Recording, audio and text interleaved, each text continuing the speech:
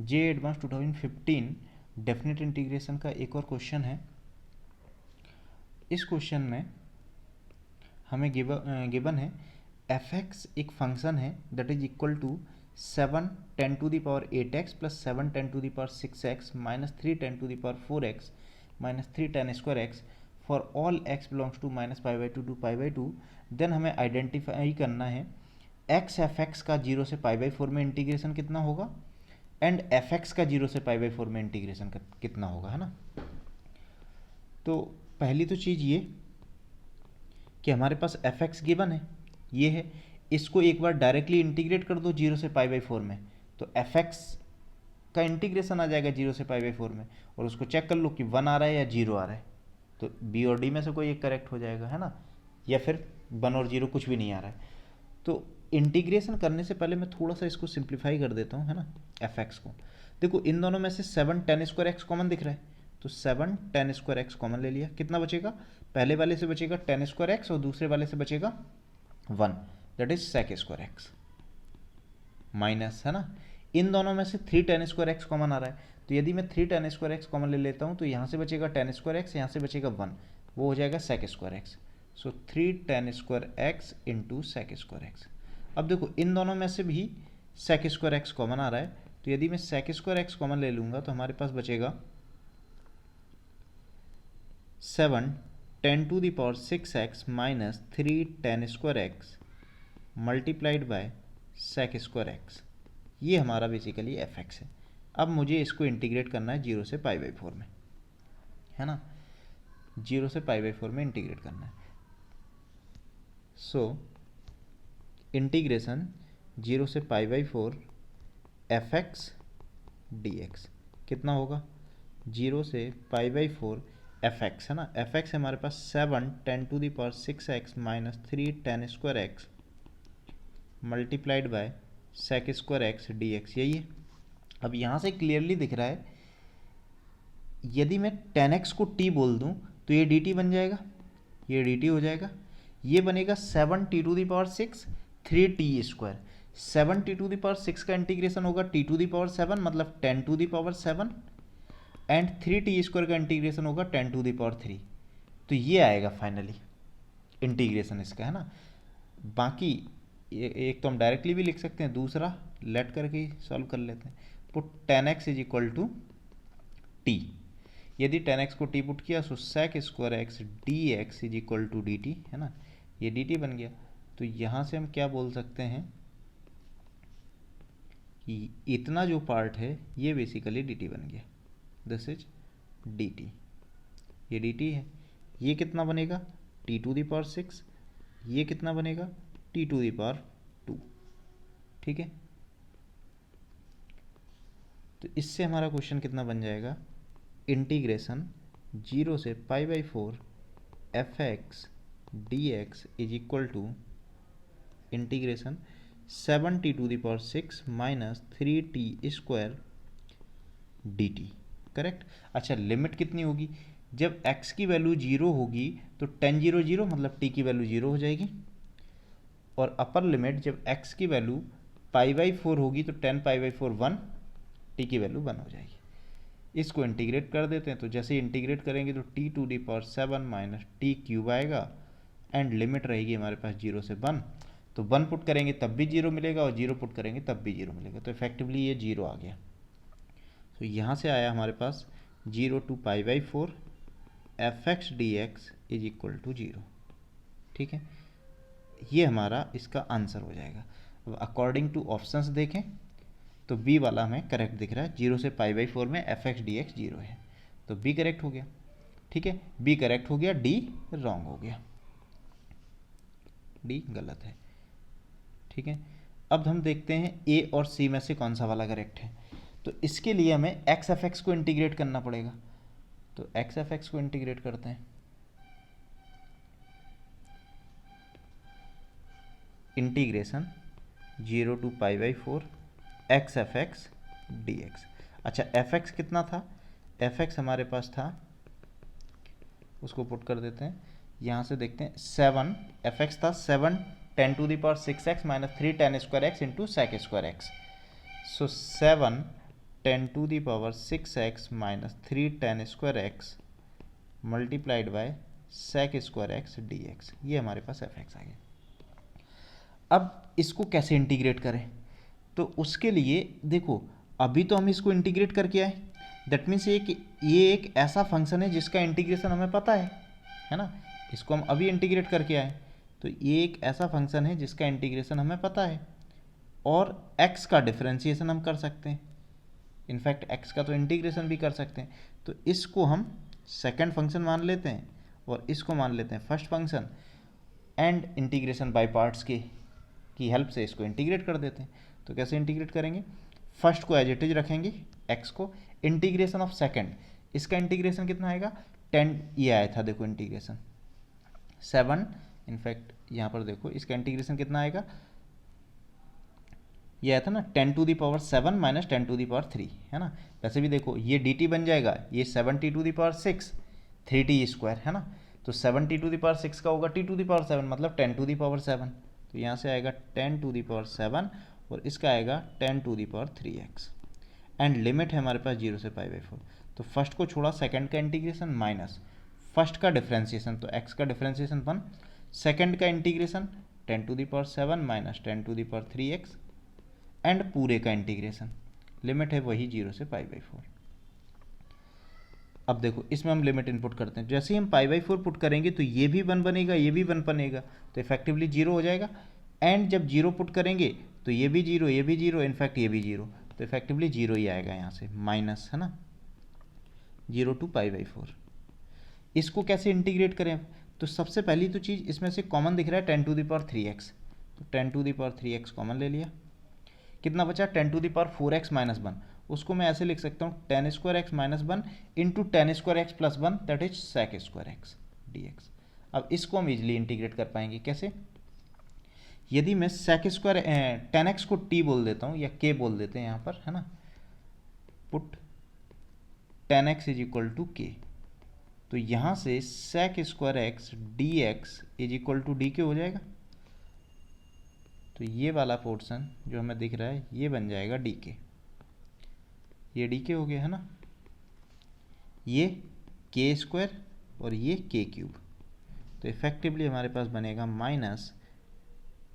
के क्यूब है ना, मल्टीप्लाई ही कर दे रहा हूँ मैं अंदर, तो के टू दी पावर 5 माइनस के क्यूब डी के है ना। लिमिट कितनी होगी, अगेन 0 पुट करोगे तो k इक्वल टू 0, π/4 पुट करोगे तो k इक्वल टू 1, तो लिमिट रहेगी 0 से 1। इसको इंटीग्रेट करेंगे तो आ जाएगा k to the power 6/6 minus k to the power 4/4, limit है 0 to 1। तो 0 पुट करोगे तब तो 0 1 नहीं है, और 1 पुट करोगे तो 1/6 माइनस 1/4, यदि 4 माइनस 6 2/24 यानी कि 1/12। सो यहाँ से हमारे पास आ जाएगा इंटीग्रेशन 0 से π/4 x f(x) dx is equal to 1/12 है ना, ये आ जाएगा। तो अब यदि हम ऑप्शंस के अकॉर्डिंग देखें है ना, ये हमारा आंसर होगा, ऑप्शंस के अकॉर्डिंग देखें तो 1/12 ए वाला करेक्ट हो जाएगा और बी वाला गलत हो जाएगा। तो इस क्वेश्चन का जो फाइनल आंसर होगा वो हो जाएगा A and B. So I think ये तो काफ़ी इजी क्वेश्चन था है ना, बस सिर्फ हमें इंटीग्रेट करना है। नेक्स्ट क्वेश्चन देखते हैं, ये भी जेईई एडवांस 2015 का क्वेश्चन है ना, पिछले वाले के कंपैरेटिवली ये थोड़ा सा बेटर है। इसमें क्या है, ए एंड एल की वैल्यू आइडेंटिफाई करनी है ना, ए की वैल्यू कितनी होगी, एल की कितनी होगी, और एल इक्वल टू दिस है। तो यहाँ से हमें क्लियरली दिख रहा है एक चीज़ तो कि इतना पोर्शन ऊपर और नीचे दोनों जगह सेम है, सिर्फ लिमिट चेंज हो रही है, यहाँ से 0 से पाई है, यहाँ पर 0 से 4 पाई है। तो पहला थॉट प्रोसेस तो माइंड में ये आता है कि हम किसी भी तरीके से न्यूमरेटर को डिनोमिनेटर के फॉर्म में कन्वर्ट कर दें, जिससे क्या होगा, डिनोमिनेटर कैंसिल हो जाएगा, ठीक है, रिमेनिंग जो भी बचेगा उसको हम इंटीग्रेट कर लेंगे, ठीक है। तो कन्वर्ट कैसे करेंगे, उसके लिए यदि मैं ऊपर वाले को आई की तरह ट्रीट करूं है ना, सपोज करो ये हमारे पास आई है और नीचे वाले को मैं I1 बोल दे रहा हूँ थोड़ी देर के लिए है ना, इसको I1 बोल दे रहा हूँ। तो ऊपर वाले को ही ब्रेक करते हैं ना, जीरो से 4 पाई लिखा है, जीरो से 4 पाई लिखा है, तो इसको मैं ऐसे लिख रहा हूँ, जीरो से pi E to the power T. अच्छा, रिमेनिंग सेम रहेगा है ना, सेम को मैं नहीं लिख रहा हूँ, जो भी है sine to the power 6 plus cos to the power sine to the power 6 80 plus cos to the power 4 80 dt है ना, प्लस सेकेंड लिमिट आएगी पाई से 2 pi E to the power t, and again वही चीज़ same रहेगी यहाँ पर dt, plus 2 pi से 3 pi E to the power t, again same चीज dt, plus 3 pi to 4 pi E to the power t, again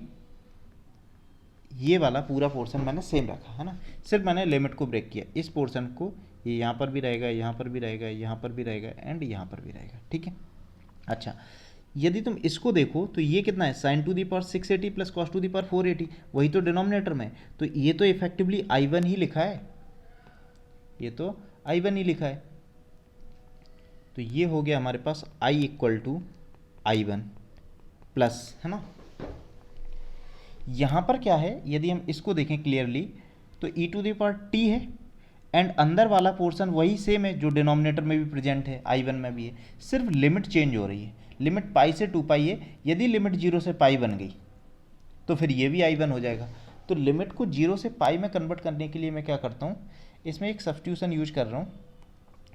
कैसे, जैसे t था तो t को मैं x प्लस पाई लेट कर लेता हूँ, इससे बेनिफिट क्या होगा, इससे बेनिफिट ये होगा कि जब मैं t को पाई पुट करूँगा तो pi right hand side left hand side से कैंसिल होकर x 0 की तरफ जाएगा, और जब मैं 2 पाई पुट करूँगा तो 2 पाई में से 1 पाई चला जाएगा, 2 पाई पुट करूँगा यहाँ पर तो 2 pi is equal to x plus pi, तो x की वैल्यू कितनी आ जाएगी, पाई आ जाएगी, तो लिमिट इफेक्टिवली 0 से पाई बन जाएगी, ये वाला सब्स्टिट्यूशन लगाते ही, तो लिमिट बन जाएगी 0 से पाई, है ना, e to the power t x plus pi, है ना, टी था तो ई टू दी पावर में कितना आएगा, एक्स प्लस पाई आएगा। अच्छा, e to the power x plus pi को मैं ऐसे तो लिख ही सकता हूँ, कैसे, या अभी एज इट इज ही छोड़ देते हैं, X plus pi E to the power x plus pi. अच्छा, इनसाइड कितना था, sine to the power 6 AT, है ना, AT, तो t की जगह पर है x प्लस पाई, तो ये बनेगा a पाई प्लस ax, ठीक है, plus cos to the power 480, तो वो बनेगा a पाई प्लस ax, ठीक है, dt dx, है ना, प्लस सेकंड वाले को देखते हैं, सेकंड वाला कितना बनेगा, तो सेकंड वाले में जो लिमिट है वो 2 पाई से 3 पाई जा रही, तो हमारा टारगेट अगेन है कि उसको हम 0 से पाई में कन्वर्ट कर लें, यदि 0 से पाई में वो लिमिट कन्वर्ट हो गई तो फिर हम उसको I1 की फॉर्म में बोल पाएंगे। तो यहाँ पर भी मैं एक सब्स्टिट्यूशन यूज करता हूँ, कौन सा वाला सब्स्टिट्यूशन यूज करना चाहिए, जैसे देखो यहाँ पर x प्लस पाई था, t को x प्लस पाई बोला था, और लोअर लिमिट जैसे हमने पाई पुट की थी तो पाई से पाई कैंसिल होके x 0 की तरफ चला गया था, तो यहाँ पर यदि x प्लस 2 पाई कर दूँ तो जब मैं लोअर लिमिट 2 पाई पुट करूँगा तो 2 पाई से 2 पाई कैंसिल होकर x 0 की तरफ चला जाएगा, तो यहाँ पर मैं सब्स्टिट्यूशन लगाऊंगा t is equal to x plus, या x की जगह दूसरा वेरिएबल ले लेते हैं, ठीक है, x प्लस एक्स ही रखते हैं, x प्लस 2 पाई, ठीक है, तो लोअर लिमिट कितनी बनेगी, जैसे x को तुम 2 पाई t को 2 पाई पुट करोगे तो 2 पाई से 2 पाई कैंसिल, x 0 की तरफ, लोअर लिमिट 0 बन जाएगी, है ना, और अपर लिमिट जब t को 3 पाई पुट करोगे तो 2 पाई 3 पाई में से जाएगा, x इक्वल टू पाई बचेगा, तो लिमिट कन्वर्ट हो गई 0 से pi, E to the power x plus 2 pi, ठीक है, sine to the power 6 AT, है ना, AT, t की जगह ax प्लस 2 पाई, तो 2a pi plus ax plus cos to the power 4 2a pi plus ax, ये बन गया, है ना, एंड इंटू dx, ये सेकंड वाला बन गया। सेम वे में थर्ड देखते हैं और फोर्थ देखते हैं ना, तो ये तो थर्ड था, है ना, फर्स्ट ये आ गया, सेकंड थर्ड, है ना, फोर्थ वाले के लिए हम इसमें सब्स्टिट्यूशन यूज कर लेते हैं, कौन सा वाला सब्स्टिट्यूशन यूज करना चाहिए, 3 पाई टू 4 पाई है ना, 3 पाई टू 4 पाई है, तो x को t को x प्लस 3 पाई पुट कर लेते हैं, x प्लस 3 पाई पुट करेंगे तो वहाँ से ये कन्वर्ट हो जाएगा, देखो फोर्थ वाले के लिए हम यहाँ पर सब्स्टिट्यूशन यूज करते हैं,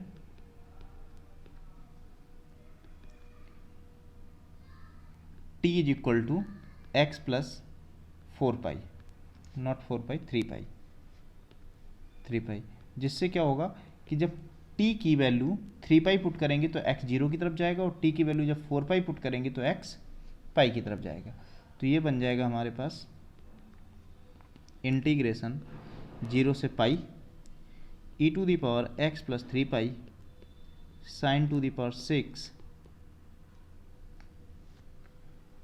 ठीक है 3 पाई था तो 3a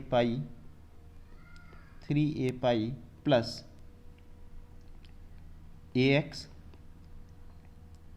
plus cos to the power 4 3a pi plus ax, ये क्लोज और dx है ना। अब देखो i equal to i1 plus, है ना, i1 प्लस ये लिखा है e to the power x plus pi, तो इसको मैं ऐसे लिख सकता हूँ e टू दी पावर बाहर लिख लिया, e to the power x 0 से पाई तक लिमिट है, ठीक है, a पाई प्लस x की पावर 6 है, ठीक है पावर 6 है ना, तो ये कितना मिलेगा पाई प्लस थीटा, ठीक है, तो ये बन जाएगा sine to the power 6ax plus, ठीक है, यहाँ से a पाई प्लस x और पावर इवन है तो ये बन जाएगा cos to the power 4ax। यहाँ से क्या बनेगा, ये देखो ये जो भी है यहाँ पर ऑप्शन में 2 और 4 है, a की वैल्यू 2 और 4 है, इसका मतलब a या तो 2 रहा होगा या फिर 4 रहा होगा, a इवन होगा, है ना। तो a को यदि हम 2 लेते हैं या 4 लेते हैं तो 4 pi plus theta first quadrant में आएगा, तो साइन टू दी पावर 6 है ना, यदि 2 भी लेंगे तब भी फर्स्ट क्वाड्रेंट में आएगा, ठीक है, तो ये तो इतना बन गया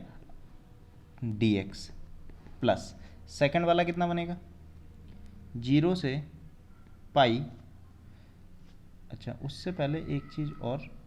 ये दिख रहा है e to the power x plus 2 पाई, तो e to the power 2 pi बाहर निकाल लेते हैं, e to the power 2 pi बाहर निकाल लिया, e to the power x बचेगा, e to the power x, again a की वैल्यू 2 रखोगे तो 4 पाई और a की वैल्यू 4 रखोगे तो 8 पाई, तो फर्स्ट क्वाड्रेंट में आएगा एंगल, तो ये बन जाएगा sine to the power 6 ax, और सेम वे में cos to the power ax, in fact सारे के सारे वही बन जाएंगे क्योंकि इवन मल्टीपल ऑफ पाई है हर एक केस में, है ना, dx प्लस लास्ट वाले को देखो e to the power x plus 3 pi है तो e to the power 3 pi बाहर निकाल लेते हैं, कितना बचेगा e to the power x बचेगा, e to the power x sine to the power 6 ax plus cos to the power 4 ax dx, है ना। यदि ये ऑड मल्टीपल ऑफ पाई भी होता ना तब भी पावर इवन है, प्लस ही बना देता है इफेक्टिवली, है ना। i equal to i1 plus, है ना, यदि तुम इसको ऑब्जर्व करो इस वाली चीज़ को तो यही तो i1 है, तो ये बन गया e to the power pi into i1, second वाला e to the power 2 pi into i1, third वाला e to the power 3 pi plus i1 common आ जाएगा, है ना, i1 कॉमन लेके मैंने डिनोमिनेटर में भी भेज दिया साइमल्टेनियसली, तो 1 plus E to the power pi plus E to the power 2 pi plus E to the power 3 pi, है ना। तो ये तो कुछ ऐसे लिखा हुआ है 1 plus x square plus x cube, 1 plus x square plus x cube, उस टाइप में लिखा हुआ है, तो उसका सम क्या होता है x cube, 1 plus x cube 1 plus x plus x square plus x cube, तो इसका सम होगा x to the power 4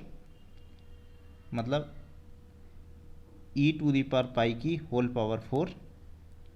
minus 1 upon X minus 1। अच्छा वैसे भी डायरेक्टली भी लिखना चाहूँ तो जीपी लिखी हुई है ना, तो जीपी का सम लिख लिया, तो यहाँ से आ जाएगा हमारे पास i over i1 is equal to e to the power 4 pi minus 1 upon e to the power pi minus 1।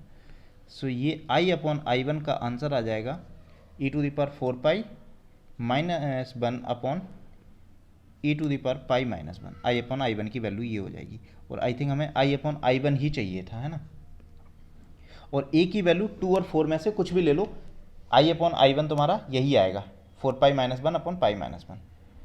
2 भी लोगे तब भी आएगा e⁴π-1/e⁴π-1। देखो ये दोनों तो नहीं आएंगे क्योंकि इनमें प्लस आ रहा है ना, e⁴π-1/e⁴π-1 तो l की वैल्यू तो यही आएगी है ना। a=2 और a=4 तुम कुछ भी ले लो, दोनों ही केस में l की वैल्यू e⁴π-1/e⁴π-1 ही आएगी। तो इस क्वेश्चन का a एंड b करेक्ट हो जाएगा। ठीक है, तो थोड़ा सा टाइम लगेगा है ना, बट कर तो सकते ही हो।